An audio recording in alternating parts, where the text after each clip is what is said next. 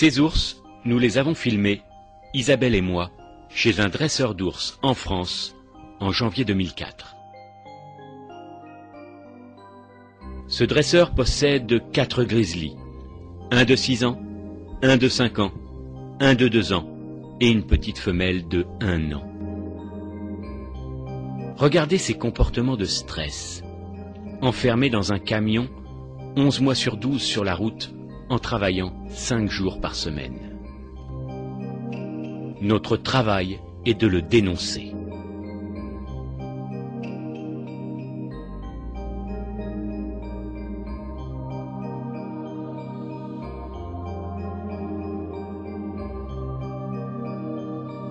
Cette petite femelle grizzly a été vendue à ces dresseurs d'ours par un parc zoologique français, appartenant à l'ANPZ, une association soi-disant reconnue des meilleurs parcs zoologiques. Ceci est un fait. Comment en France peut-on soutenir cela ?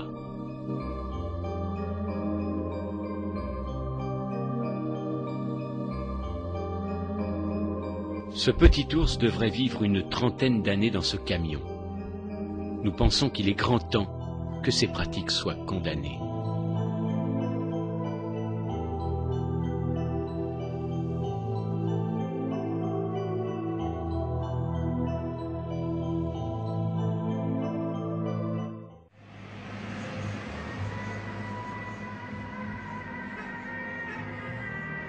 Ensuite, les ours se retrouvent présentés au public comme une vulgaire marchandise avec des comportements stéréotypés.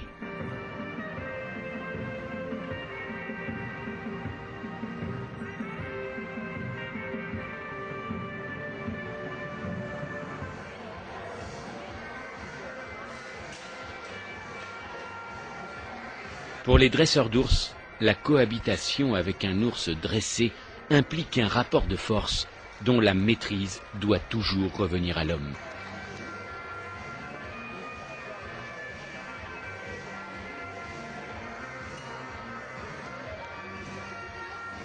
Ce dressage du 3e degré comporte des mouvements entièrement nouveaux que l'ours n'exécute jamais de façon naturelle dans la nature. Ces exercices demandent des répétitions sans fin et un rapport de force extrême. Comment peut-on cautionner ces activités ?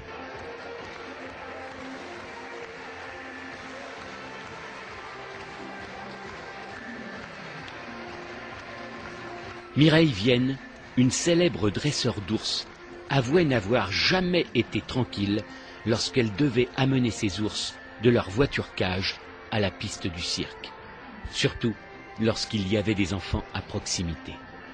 Sa crainte était d'avoir à affronter un moment de crise où la force de l'animal emporterait tout. Et ceci a été prouvé en décembre 1998 avec ce dresseur d'ours que vous voyez.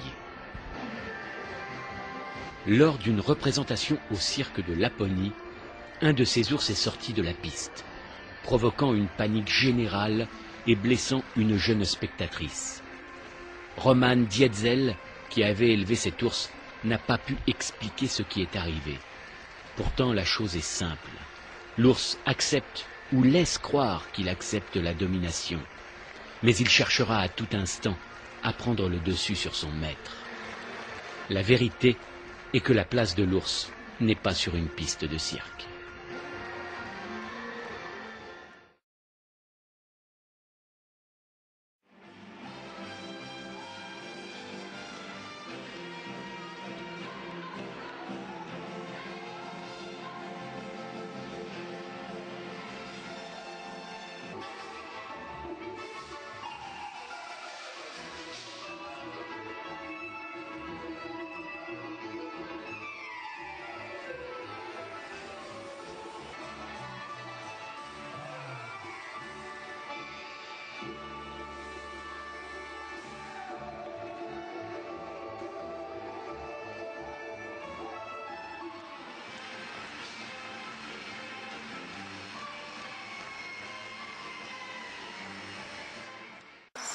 Yarow samni nageri se aru burniya. इसके हाथ लगा वो लगा दिया है Hey,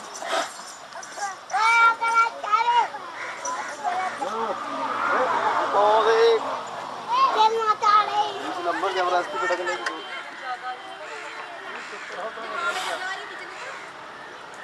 आदमी कोबरा लगा हुआ है लल्ला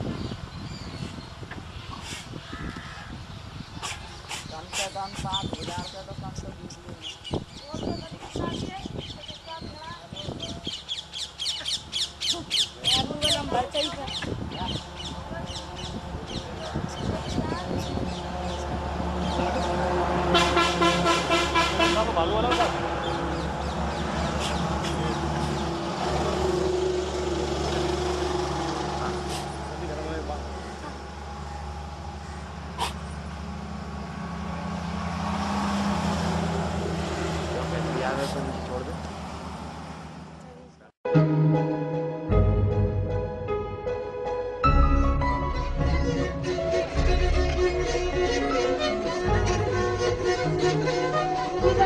Dans les rues et sur les places d'Europe de l'Est et de Russie, on voit encore beaucoup d'ours danser aussi tristement que celui-ci.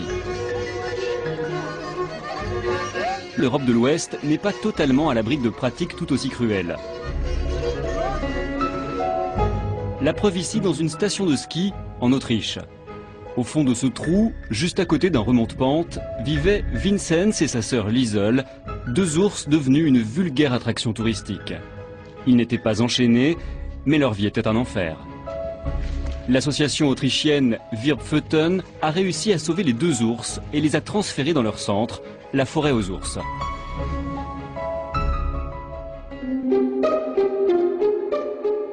À 2 heures de Vienne, cet immense parc a accueilli Vincenz et Liesel et 4 autres ours saisis dans des spectacles itinérants.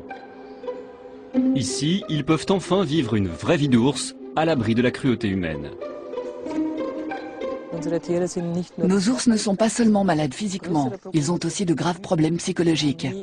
Ils n'ont jamais eu l'occasion de voir un autre ours évoluer de façon naturelle à côté d'eux. Ils n'ont rien pu apprendre de leur mère. C'est dans cet état qu'ils arrivent chez nous, adultes, mais aussi totalement immatures comme des oursons. Alors ici, étape par étape, ils apprennent à se servir de leurs pattes, de leur museau et de leur force.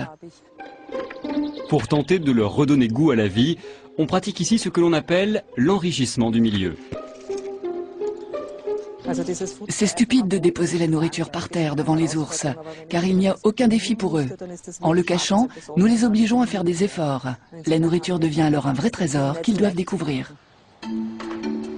La créativité de Sigrid et de son équipe pour cacher la nourriture est sans limite. Mais la perspicacité de Vincenz l'est aussi. Il met donc peu de temps à retrouver les victuailles pourtant si bien dissimulées. Quotidiennement, un ours mange environ 15 kg de fruits et de légumes, voire même 20 kg quand approche la période de l'hibernation. Et oui, ici pour eux, l'hibernation est enfin possible. Dans leur autre vie, c'est tel le spectacle, tout au long de l'année. Ces deux ours, Tom et Jerry, viennent d'un cirque. On voit très bien que leurs jambes sont arquées. Cette déformation est le résultat des numéros de cirque qu'ils ont été forcés de faire. Ça, c'est Tom. Il est aveugle, ça se voit dans son regard. Tout est la conséquence de ce qu'ils ont vécu avant.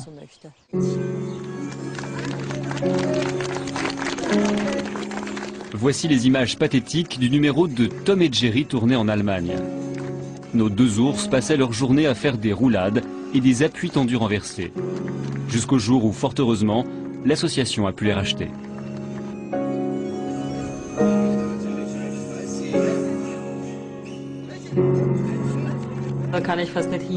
Aujourd'hui encore, j'ai du mal à regarder ces images.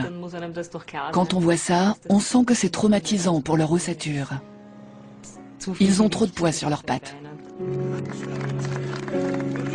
En Autriche, seules les boucles en fer que l'on met dans le museau sont interdites, mais pas ces tristes exercices infligés quotidiennement aux ours.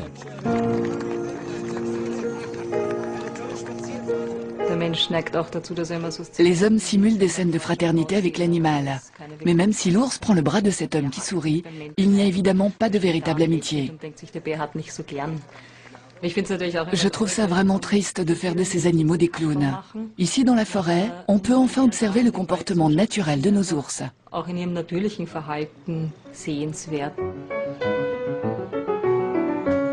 Il est important d'éduquer les enfants au respect du monde animal. C'est pourquoi la forêt aux ours possède aussi un centre d'information qui permet de se documenter sur les plantigrades. La plupart du temps, les plus jeunes ne connaissent que leurs ours en peluche.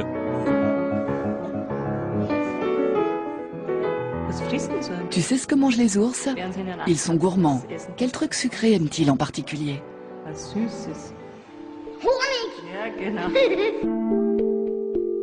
Du miel, Lara n'en avait jamais goûté de sa vie. Ours de cirque, elle était enfermée pendant des années dans cette cage de 12 mètres carrés. Au centre, tout est mis en œuvre pour faire oublier sa vie d'autrefois à cette vieille dame de 30 ans et lui apprendre à retrouver ses instincts d'animal sauvage. Pour les ours comme Lara, on cherche à imiter le plus possible la nature, afin qu'elle ne s'ennuie pas. En liberté, les ours passent leur journée à chercher de la nourriture. Alors ici, on invente toujours quelque chose pour les stimuler intellectuellement.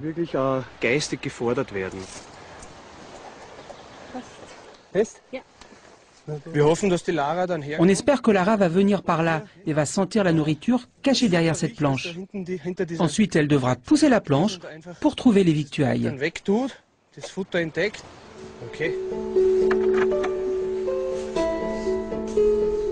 Lara a eu besoin de beaucoup plus de temps que les autres pour s'adapter à sa nouvelle vie. Aujourd'hui encore, elle s'aventure avec prudence dans la forêt.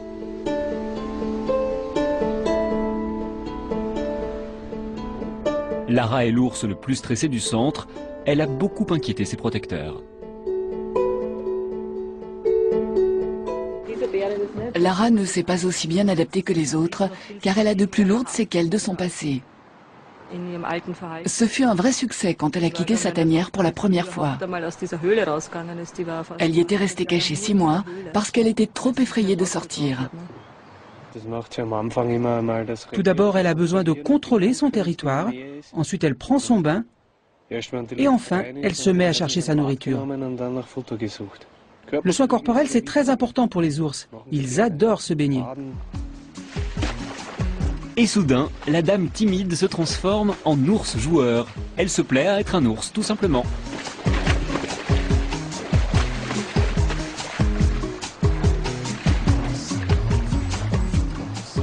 Il a fallu beaucoup de temps pour que ces 6 rescapés se sentent à l'aise dans le centre et accordent enfin leur confiance aux hommes.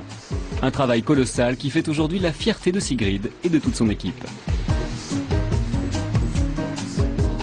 Vincenz s'est magnifiquement acclimaté au lieu. Il est à présent le chef de cette forêt.